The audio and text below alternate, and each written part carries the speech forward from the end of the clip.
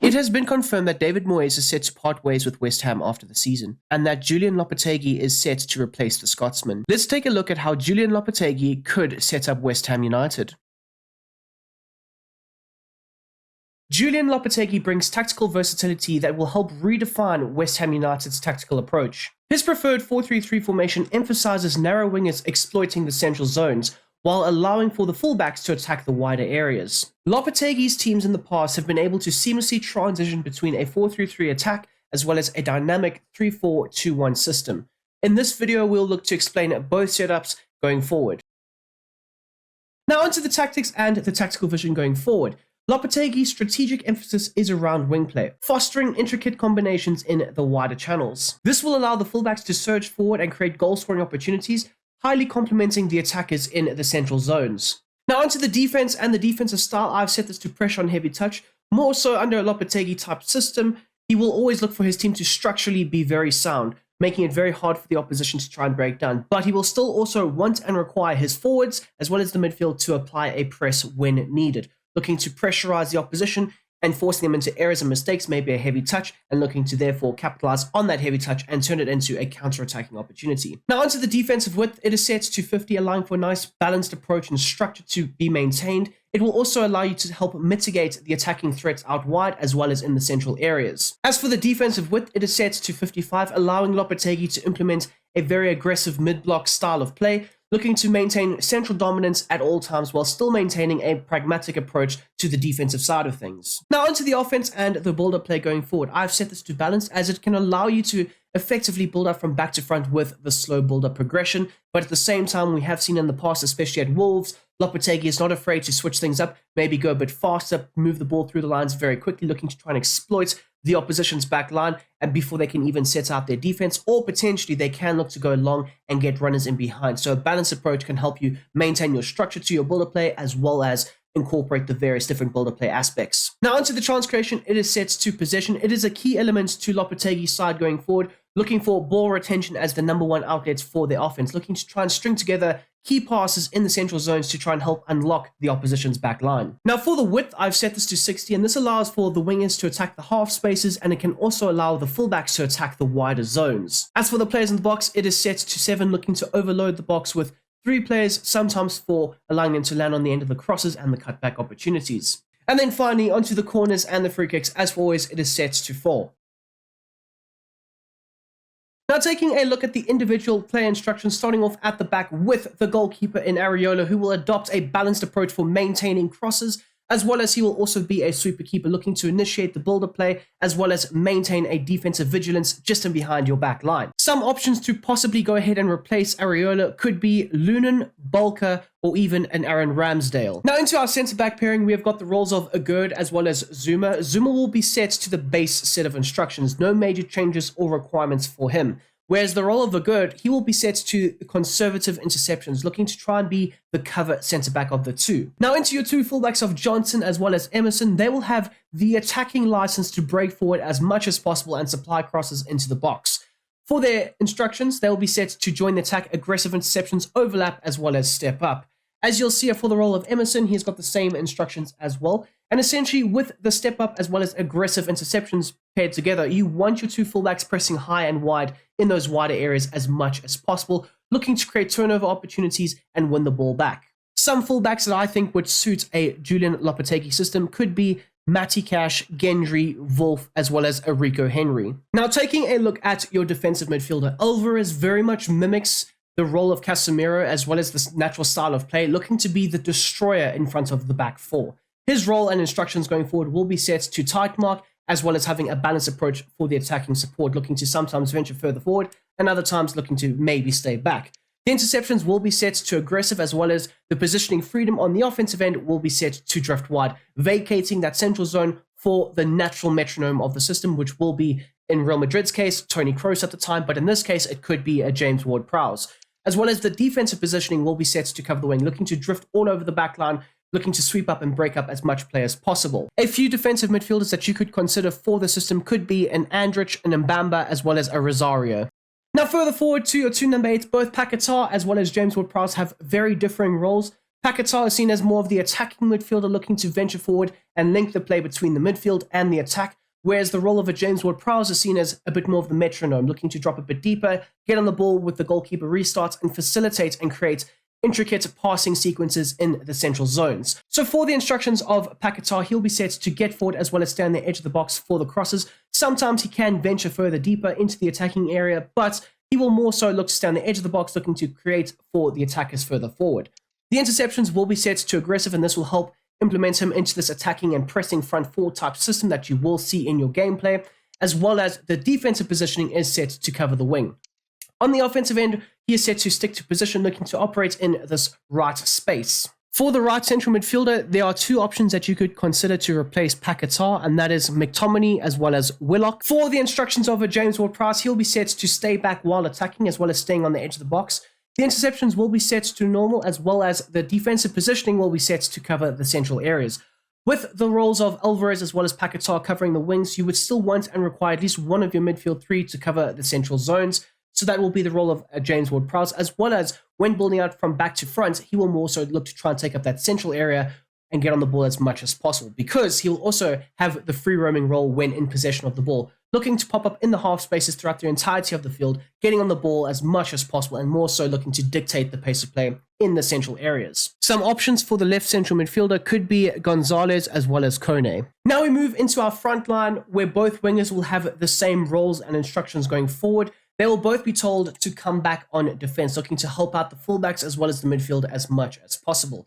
Both of your attackers will be set to a balanced width as well as a balanced support run, sometimes looking to use their pace in behind, looking to exploit and penetrate the opposition's backline, other times looking to hold up the play a bit more and be a bit more of a target player.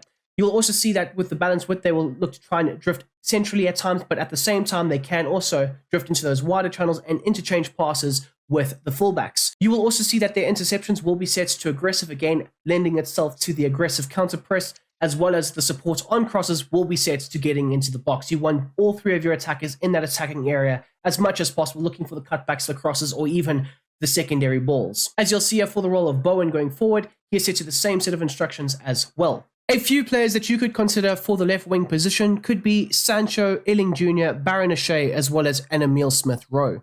And then finally, moving on to your striker, who will be tasked as playing as a false nine, looking to drop deep, link up the play with the midfield as well as the wingers, also looking to vacate that central attacking space at times for the wingers to invert into. You would also want and require him to have a balance width, allowing him to drift into those wider zones, as well creating overloads in the wider areas of the pitch, as well as looking to pick his spots in the back line.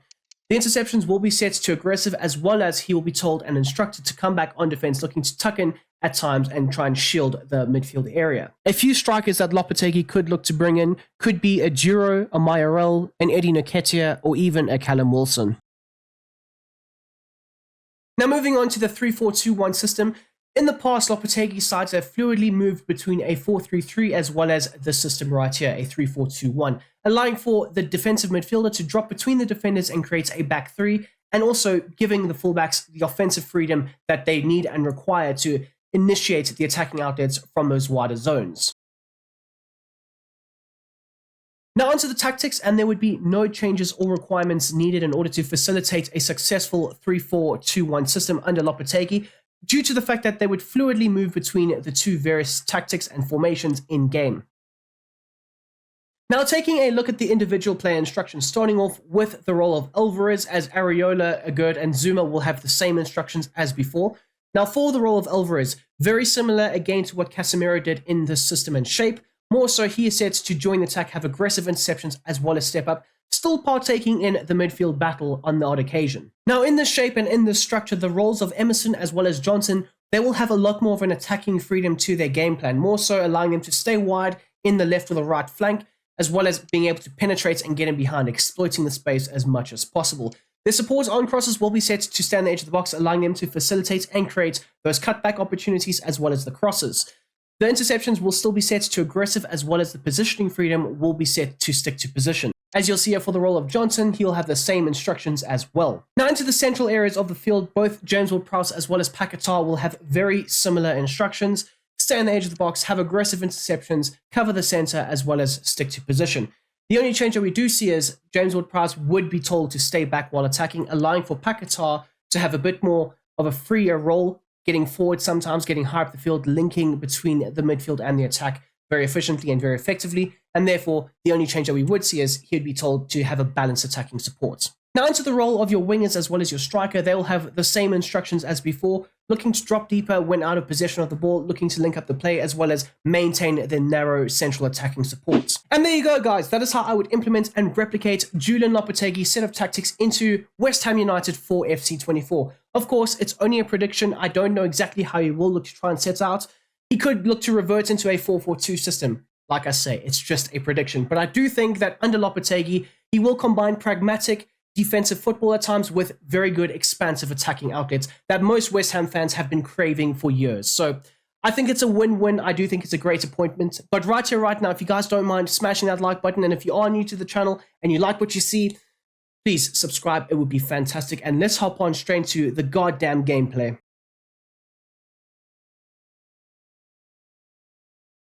Okay, people, so for this segment of the video, I will be telling you how you should maybe look to play from back to front with the various formations and this team, of course. In the first half, we will be playing with a 4-3-3 system. And then in the second, we will go back to that 3-4-2-1 shape that we've also spoken about. So, starting off the bat, you want to try and get the likes of Alvarez as well as this man right here, your metronome and James Ward-Prowse into the game as much as possible. Have them firing the ball around midfield area, looking to link up very nicely, very effectively. Emerson on the ball early doors, cuts inside onto his weaker foot and puts it very well wide. Now, there are two areas that I desperately think that Lopetegui will look to replace, and that is the right back as well as the left midfielder slash left wing. I do think that for the left wing, the left midfielder, he will look for a more natural inverted attacker, looking for that person to shift onto their more natural right foot and then pop off shots. So that could be a Jadon Sancho, it could be a Baron O'Shea, it could be either or. I do think, though, that because the side are very left-footed, I mean, Paquetá is left-footed, Kudus is left-footed, Bowen's left-footed, Antonio is right-footed, but he's a striker and can't really play on the wing as much anymore. So yeah, I do think that will be a number one shopping area for West Ham in the summer. It will be very interesting to see who they might look to go with and find. Because I do think that their scouting over like the last 2 seasons or so has been very, very good. Switching the play over here into Emerson Palmieri, who has a lot of attacking space on the ball there. Plays it into Bowen. Bowen drifts inside, opening up the space for the right back to attack. Waiting for the perfect moment. Back into Bowen. Bowen lays it into Cornet. Cornet holds it up nicely. Lays it off into Emerson, who puts it into the box and not doing too well with the natural cross. Okay, well, we need to try and break up their play. Spurs are looking to get forward very quickly here. But look who's there, breaking up the play very nicely in that central zone. And Alvarez given the space to get forward, but makes a bit of a mistake with a bad ball over the top for Cornet. But you'll see here that in the central zones, they're attacking very nicely, your front three, vacating those wider areas for your fullbacks. You'll also see there Kudus dropping nice and deep to get on the ball, linking up the play with the other midfielders very nicely. Paquetá into Kudus. Kudus trying to get around his man, can't do it, but swept up by the backline area very nicely.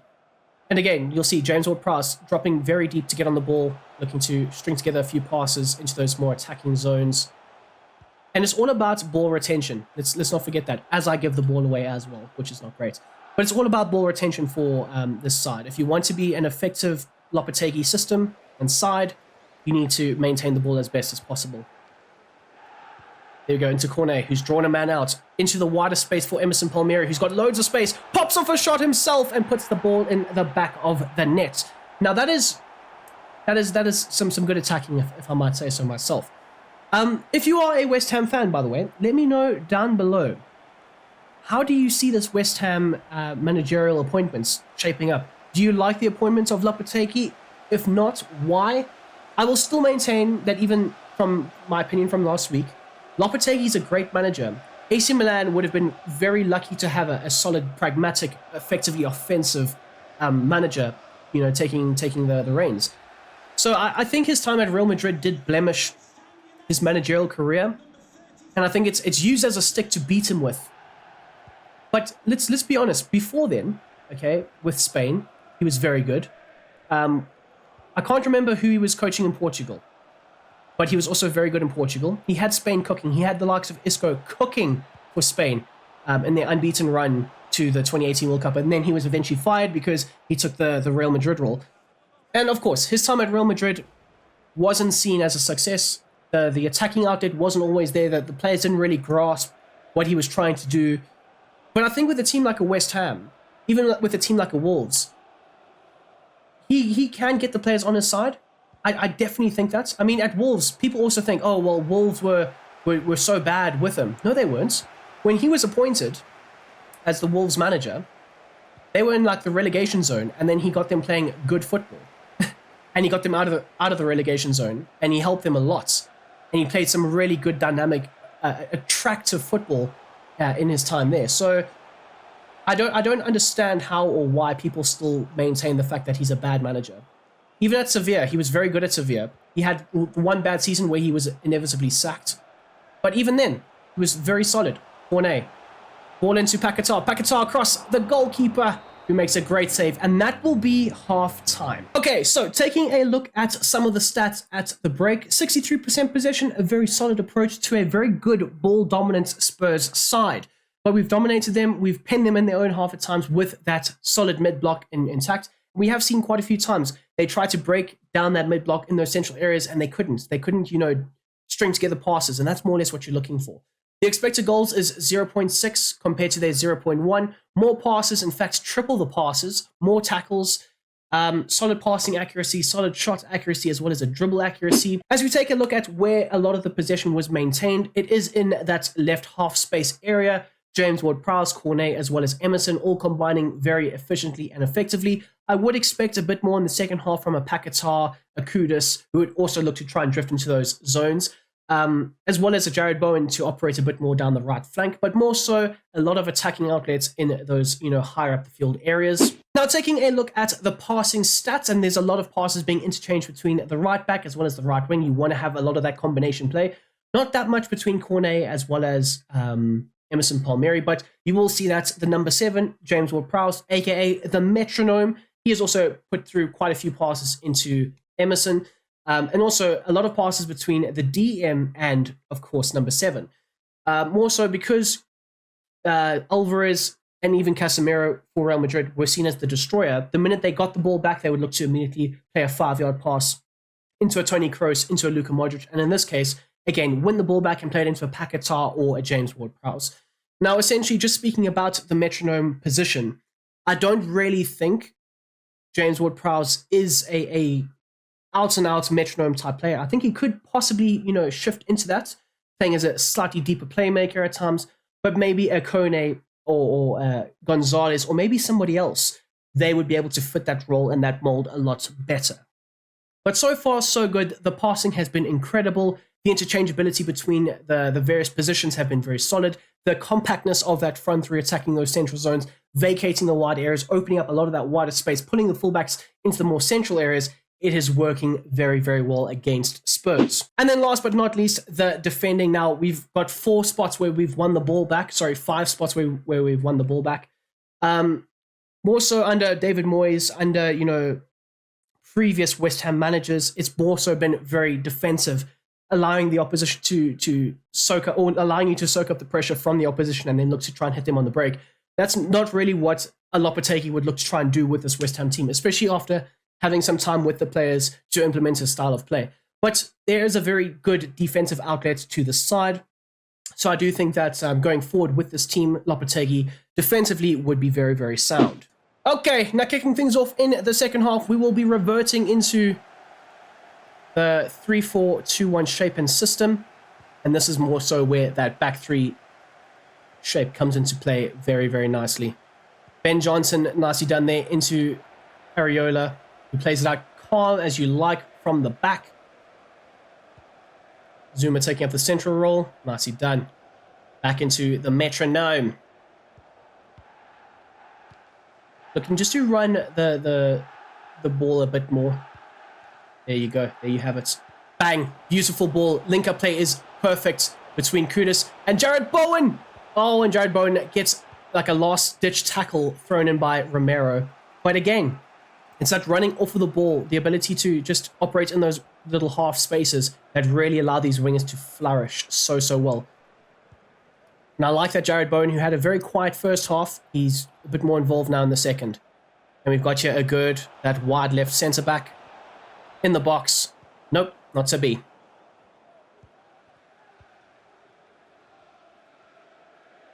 Gets it into Kudus. Kudus looking for a ball over the top here into a Ben Johnson, who will be looking for more support in the central areas. It's fine. It's all right. Bowen lays it off. Oh, you love it. Akatar lays it off yet again. Bowen, bang. Oh my gosh, Bowen. Great shot. Great save from Vicario. Oh, and it's a great counter press. It is a great counter press in those. Oh my goodness. And he's offside. Paquetá is offside. But that's the pressing. When there is that moment to press, they will aggressively press the opposition, win the ball back. And also, I know that Tottenham and West Ham are fierce rivals, but a player like an Yves Bissouma could be a very, very good metronome type player to consider for this side. So if you can think of any other players that are similar to a Bissouma, those are the players that you should maybe look to try and bring into your West Ham career mode to have a successful side. Good ball out here into Ben Johnson, who will look to try and exploit that wide space as much as possible because you are essentially a much wider, naturally positioned side. Akatar looking to drive forward with the ball. Lays it off into Cornet. Cornet, trying to look for Emerson. Oh, and Cornet yet again with the pressing. He is so good at pressing. It's unbelievable scenes. And I will say this. The AC Milan, tactical video I did with Lopetegui that fell apart last week when, as I released it on the day, it came out that, AC Milan were no longer looking at Lopetegui.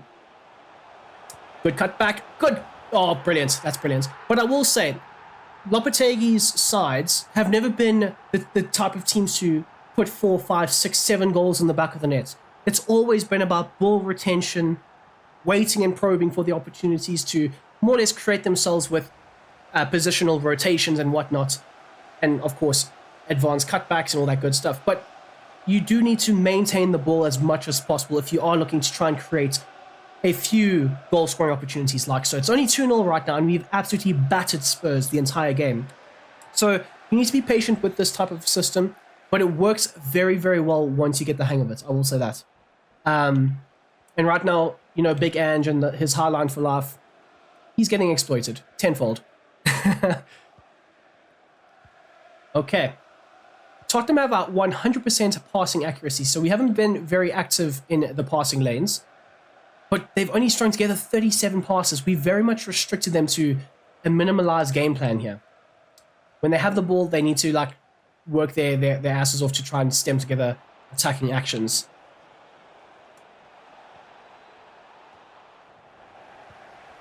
Oh no. Oh no. Great save, Areola. Great save. Now, Areola, for example, he could be a very solid backup goalkeeper. I don't think he's the best goalkeeper when it comes to playing out from the back or playing under pressure. So that's why I also went and put down a player like an Aaron Ramsdale, who is set to leave Arsenal, this off-season. Good ball. Almost. Oh, even, better goalkeepers that are equipped to play as a more sweeper keeper, proactive, reading the game very well, being able to play out with their feet. And again, playing through the opposition press. Because, again, with a possession-based system, you need to have a composed goalkeeper that's not just going to lump it long or lump it out for throw-ins and make mistakes and stuff. So, yeah, that's why I've also gone ahead and put down a few possible replacements for your side. But right now it's 2-0. They're going with a corner kick. Areola's there, wins it back nicely. We're just going to look to throw it out wide into the likes of Jared Bowen, who I will look to shift onto his more dominant foot. And then, oh my god, that's a wasted opportunity. But yeah, as the game comes to a close, I hope you guys have enjoyed this video. Please don't forget to smash the like button down below. Subscribe and all that good jazz if you have enjoyed the video. And of course, until the next time, until the next one, I hope you have enjoyed these tactics. And I hope you have a damn great day. I'm out of here.